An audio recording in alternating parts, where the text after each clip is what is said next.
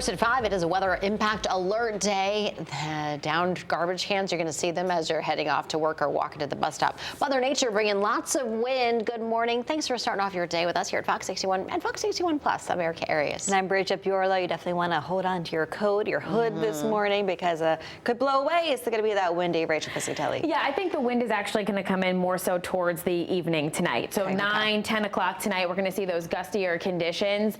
Before that, there could be some wind that begins to pick up, but it really will be around the evening tonight where we get to see those winds closer to 50 to 60 mile per hour gusts. So scattered outages overnight tonight while a lot of us are sleeping are certainly possible. So you want to secure those loose objects as well as charge your phones up. We do have various wind alerts across the state. So we have a high wind watch for gusts 50 to 60. And then in the western part of the state, we do have a wind advisory. Either way, the wind will pick up in intensity over time. Right now, winds are quiet. They're anywhere from calm to about 5 miles per hour, which is very manageable. Late morning, early afternoon, we could see those gusts closer to 20, and then towards the evening, that's when we really see those higher gusts start to kick in. Temperatures out the door are very chilly. 20s and 30s across areas inland at 29 in Willimantic, 32 in Putnam, near 30 in Torrington, and 37 degrees in New Haven. So at the bus stop this morning for the kids, plan for the low 30s now. The wind begins to pick up as well as the clouds that begin to increase too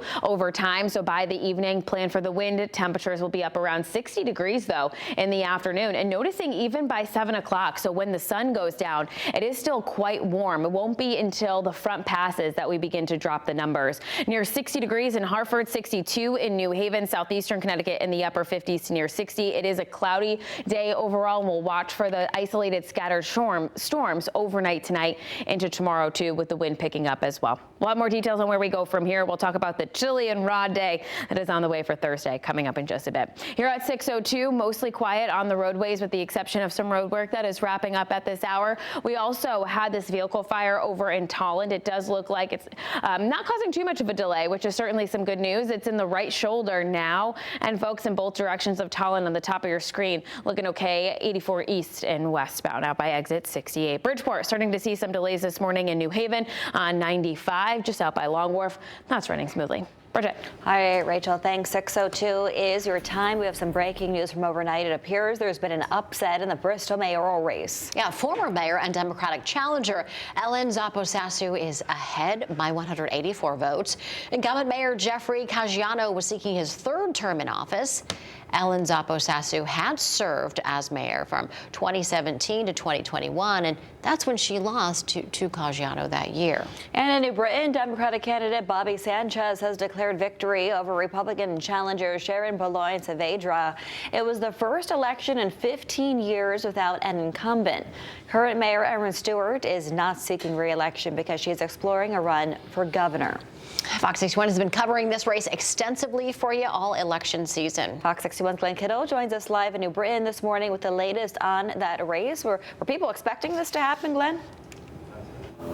Yeah, good morning, Bridget, Erica. I think in terms of expecting things to happen, it was pretty much a wide open race, but obviously the endorsement from current Mayor Erin Stewart to Sharon Bolin Saavedra possibly could have helped her, but at the end of the day, Bobby Sanchez took the victory. We caught up with him shortly after his victory, and he said that he's truly humbled to have been selected by the people of New Britain to be their new mayor, and he said that he plans to hit the ground running in his first 100 days. He said that he has a plan to meet with law enforcement as well as other services around New Britain and has a plan to try and brighten New Britain's future. Sanchez shared this message to voters on last night's victory, and he also said on his mission on the first 100 days as mayor is the Allen Street project. It's an area of New Britain that has been inundated with flooding. Here's what he had to say.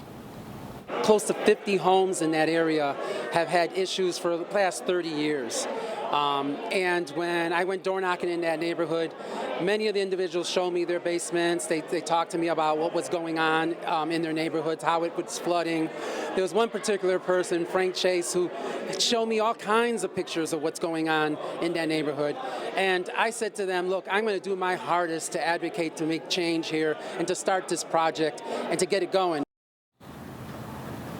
Now, current New Britain Mayor Erin Stewart sent out this message to Sanchez after his victory. She says in part, quote, "I want to extend my deepest congratulations to Bobby Sanchez on his victory tonight. I wish him nothing but the best. This is about the success of our city, and I'm always here to help if he wants it. A smooth and seamless transition of power is important. Here's to New Britain's future.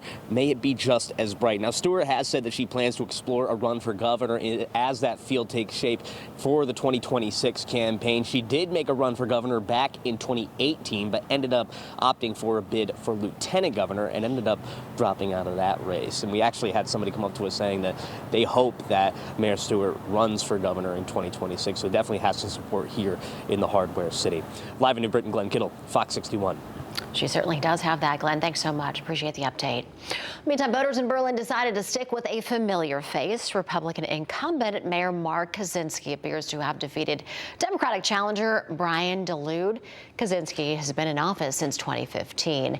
And in Middletown, Democratic interim Mayor Gene Nocera was voted in.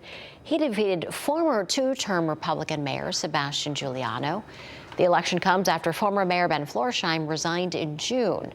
Nocera will now serve through November of 2027. And in Hampden, Democratic candidate Adam Sendroff defeated first-time Republican candidate Jonathan Katz with about 60% of the vote.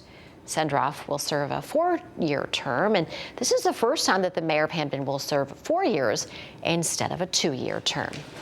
And in the Elm City, New Haven Mayor Justin Elicker has declared victory in a landslide win. He easily secured a 4th term against Republican challenger Steve Orozco. And since the 1950s, no Republican has been elected to lead the city, and no Republicans currently serve on the city's 30-person Board of Elders.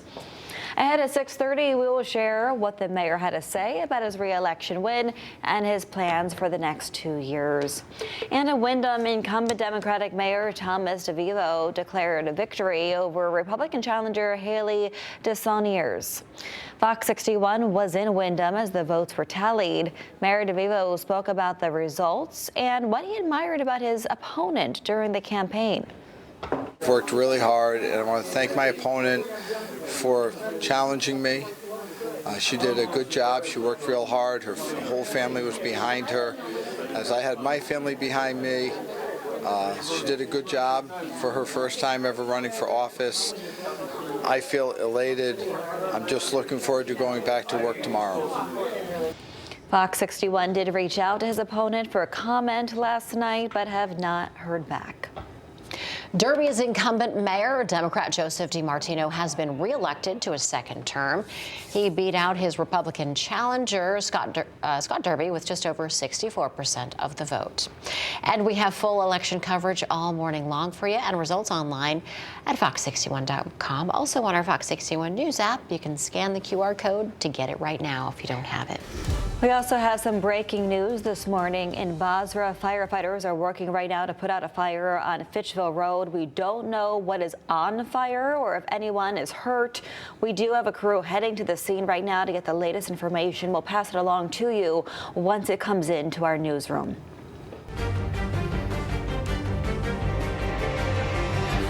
It is official. This is now the longest government shutdown in U.S. history, and there seems to be no end in sight. Today marks day 36 of the government shutdown as President Trump refuses to negotiate with Democrats over their demands to salvage expiring health insurance subsidies until they agree to reopen the government. This morning, thousands of TSA and air traffic controllers are working without pay. That's causing a lot of flight delays and cancellations all across the country. Many of them are calling out sick. The Secretary of Transportation, Sean Duffy, said that the U.S. might be forced to close parts of its airspace if staffing shortages continue. You will see mass chaos. You will see mass flight delays. You'll see mass cancellations, and you may see us close certain parts of the airspace because we just cannot manage it because we don't have the air traffic controllers.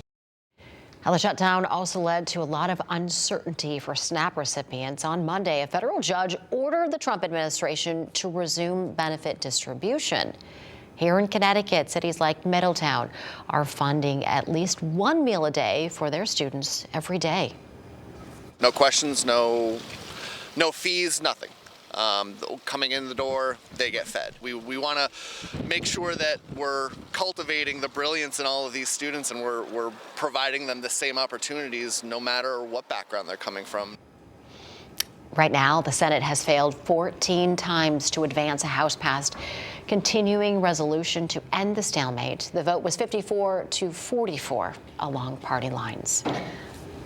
Let's get back to that breaking news in Bozrah this morning, where crews are working to put out a fire on Fitchville Road. Joe Monty just got to the scene a few minutes ago.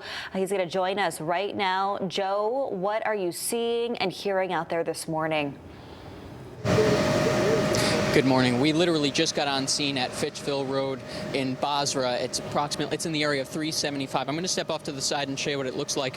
Right now, we have a huge scene. We have what looks like a terrible house fire, a house that I don't know if there's anything left of it. We're trying to see through the smoke, but very little left. I see a very burnt up car, the roof totally collapsed, part of a garage.